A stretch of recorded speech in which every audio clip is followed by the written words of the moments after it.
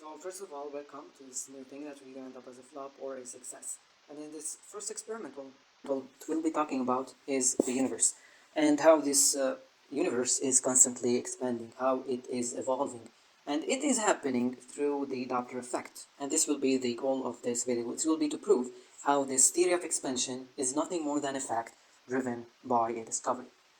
It was Austrian physicist Christian Doppler who proved that when there is a relative motion between an observer and the source of wave, let it be light or sound, there will be changes in the frequency or the wavelength observed by the observer.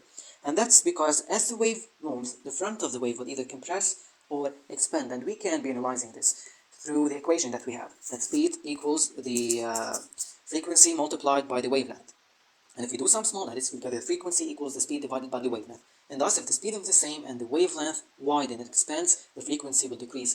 While if the speed is the same and the wavelength compress, the frequency will increase. Now, if we want to give a sound wave example, consider that you are on the side of the road and a car with a horn approaches you.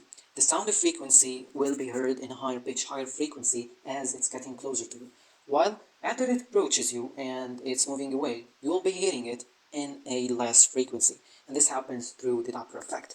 Now, and the point of this video, we'll get into it through explaining the light wave. Light is polychromatic. It involves a set of colors. A lot isn't visible, some is. We can take it as a spectrum through the visible colors. We have at the end of the spectrum red, in the middle green, and at the start blue. And if we take the same analysis we just previously did with the sound wave and put it here, what we get is if the wavelength widen, it will shift in it being to the end of the spectrum and it will be appearing red. While if the wavelength compress, what we'll be seeing is it going to the start of the spectrum and appearing blue. And this is what we call as the blue shift and the red shift.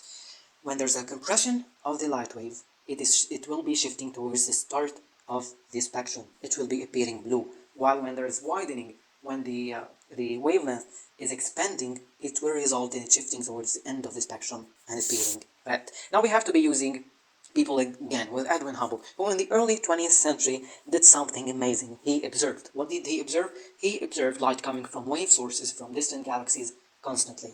That now we have to give a note that us seeing light from galaxies coming to us red doesn't mean there's redshift. Sometimes a specific wavelength range for a specific chemical, like hydrogen, emits naturally red light. Sometimes, yes, there's a shift in the spectrum, but it involves a special wavelength related to a specific chemical element that is present that makes up this universe that sometimes make the light naturally red. Now, how can we differentiate? It's as easy as we can analyze the surroundings. Our distant galaxies to the one we're studying constantly showing red light coming from them, we can analyze the composition of this universe. What is it made of? What are the chemicals that are present? Now, the key points that we can take from the equation that Hubble gave us. V equals h0 multiplied by the distance. V represents the velocity, the speed at which a galaxy is moving away from the observer, in our case us. H0 is the Hubble constant, which represents the rate of the expansion, and D is the distance between the observer and the galaxy. Now, we don't care as much as the equation is much about what we can get from it. First of all, we can notice that there is a love relationship between velocity and distance. So the farther the universe is, the fastest it looks moving away. So the more they are far, the fastest they appear moving. Which means the universe is dynamically changing with galaxies moving away from each other as time progresses. Now, how can we fully know that this is a fact? The key insight here is that astronomers have observed a constant pattern. Distant galaxies are exhibiting greater redshifts, which indicates they're moving away from us faster. This observation is true because if the universe were not expanding, we might be expanding an even distribution of redshifts, with just as many galaxies showing blue shifts that they're moving towards each other as much as we see redshifts. However, what we see is a predominantly redshifted universe, and this is what also Hubble noticed. And that is very important evidence for the cosmic expansion. Now, the last point that is very debatable one, it's the Big Bang theory. If we do the opposite of what we had just been saying, we've been saying with time, the galaxies are moving away from each other. If we do the opposite, what we'll get is, as we go back in time, galaxies will be looking closer to each other. And so, we can get from that the universe started as a dense, hot state. And this is what the Big Bang Theory is. Now, there's a lot of debate about it, yet this is a topic for another interesting video. But the Doppler effect, that from it we got this equation, that from it we can explain the redshift, the change in the frequency resulting in it, resulted from the change in the wavelength.